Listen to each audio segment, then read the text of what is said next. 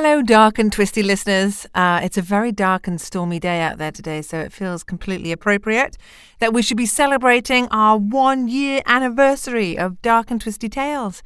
I released the first episode on February 15th last year, 2018, and this story, The Three Snake Leaves, will be story number 22. If you've been listening and enjoying it, I would love to hear from you. Please rate the podcast and take a moment to write a review if you can. It really, really helps me in the old algorithms world. And let me know if you have any particular dark and twisty stories you'd like me to tell, because it's really nice to get some interaction from you out there in listener land. I think that's it. I hope you enjoy this one. It's a perfect antidote to a little bit of a saccharine holiday. And if you want a sweet, unrequited love story, go back and listen to The Steadfast Tin Soldier. But this one is a little bit dark. Okay, happy Valentine's Day, everyone.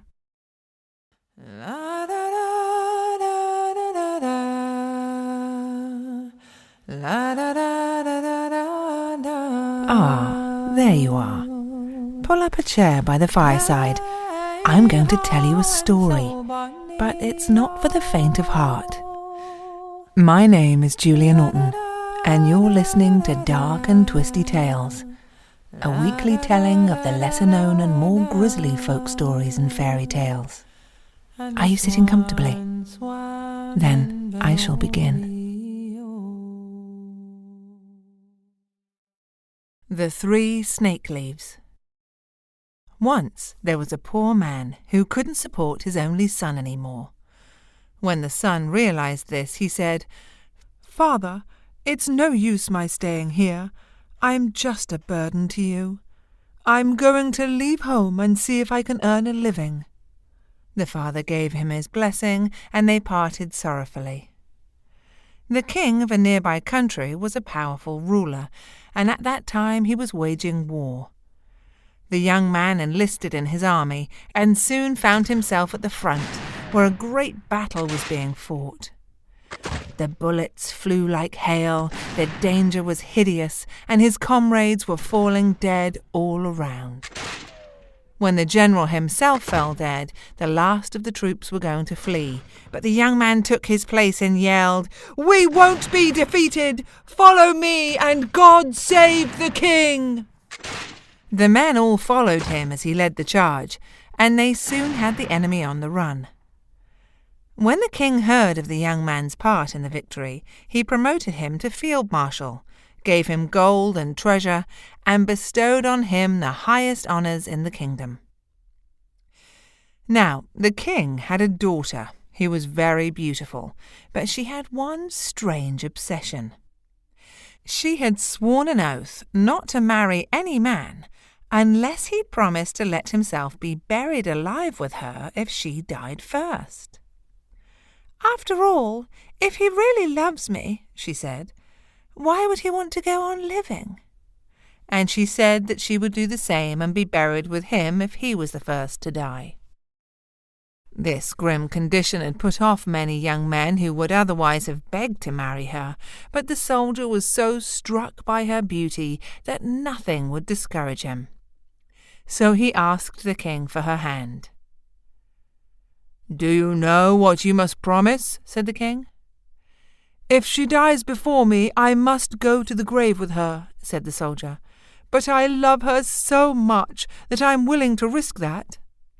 The king consented, and the wedding was celebrated with great splendour. For a while they lived happily together, but one day the princess fell ill. Doctors came from all over the kingdom, but none of them could help her, and presently she died. And then the young soldier remembered the promise he'd had to make, and shuddered. There was no way of getting out of it, even if he'd wanted to break the promise, because the king was going to put sentries at the grave itself and all around the cemetery in case he tried to escape. When the day came for the princess to be buried, they carried her body to the royal vault, made sure the young man was inside, and the king personally locked and bolted the door. They had put some provisions in there, On a table there were 4 candles, 4 loaves of bread, and 4 bottles of wine. The soldier sat there beside the princess's body, day after day, taking only a mouthful of bread and a sip of wine, making them last as long as possible.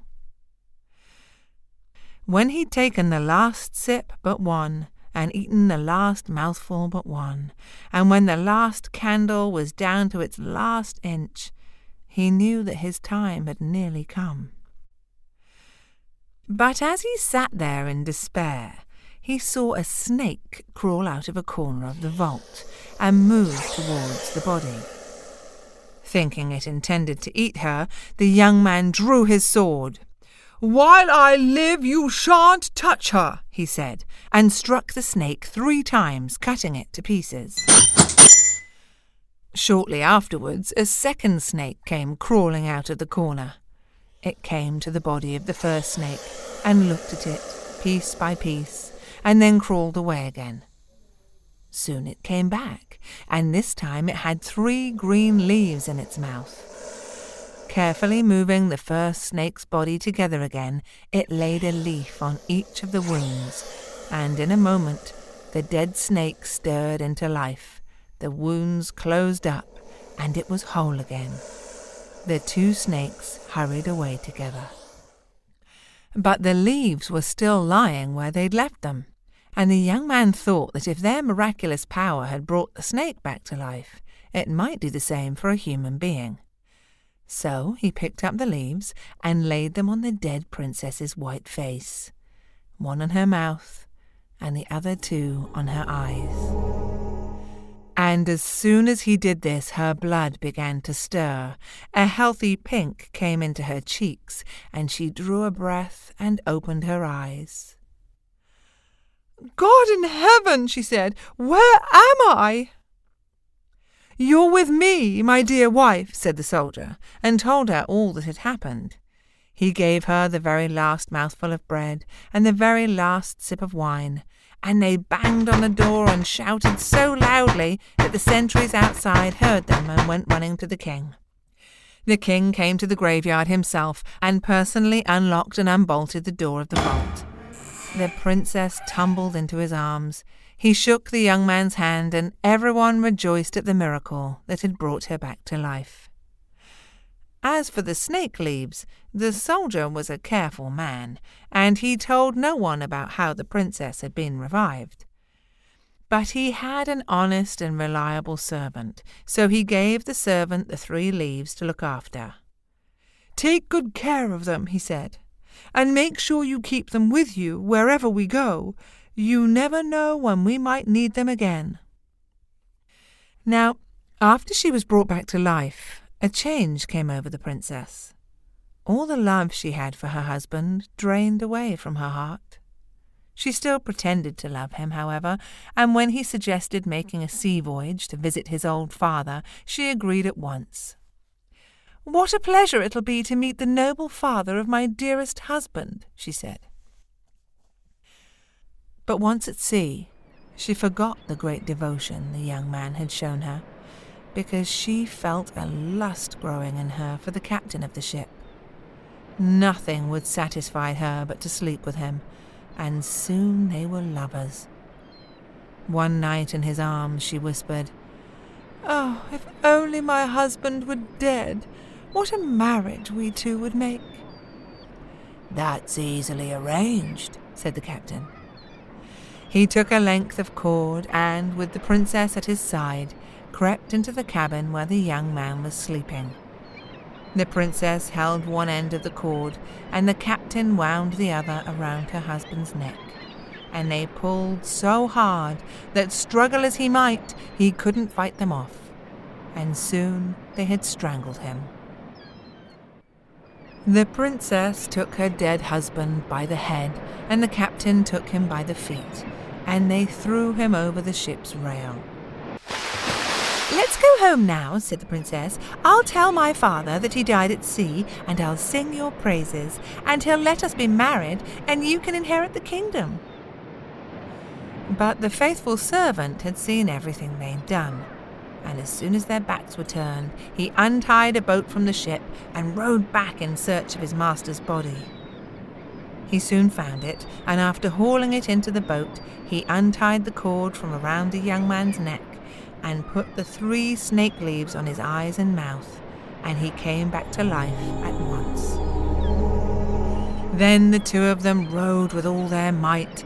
Day and night they rowed, stopping for nothing, and their boat flew over the waves so fast that they reached the shore a day before the ship and went straight to the palace. The king was amazed to see them. "What's happened?" he said. "Where's my daughter?" They told him everything, and he was shocked to hear of his daughter's treachery. "I can't believe she'd do such a terrible thing," he said. "But the truth will soon come to light." And so it did. Very soon the ship arrived at the port, and on hearing of this the king made the young man and his servant wait in a hidden room, where they could listen to everything that was said. The princess, dressed all in black, came sobbing to her father. "Why have you come back alone?" he said. "Where's your husband, and why are you wearing mourning?" "Oh, father dear," she said, "I'm inconsolable. My husband took ill with a yellow fever and died. The captain and I had to bury him at sea. If he hadn't helped me, I don't know what I would have done. But the captain's such a good man. He looked after my dear husband when the fever was at its height, no matter what the danger. He can tell you all about it." "Oh, your husband's dead, is he?" said the king. "Let's see if I can bring him back to life." And he opened the door and invited the other 2 to come out. When the princess saw the young man, she fell to the ground as if she'd been struck by lightning. She tried to say that her husband must have been hallucinating in his fever, that he must have fallen into a coma so deep they mistook it for death. But the servant produced the cord, and in the face of that evidence she had to admit her guilt. "Yes, we did it," she sobbed. "But please, father, show some mercy." "Don't speak to me of mercy," said the king. "Your husband was ready to die in the grave with you, and he gave you back your life, but you killed him in his sleep. You'll get the punishment you deserve." And she and the captain were put on board a ship with holes drilled in the hull and sent out over the stormy sea. Soon they sank with the ship and were never, ever seen again.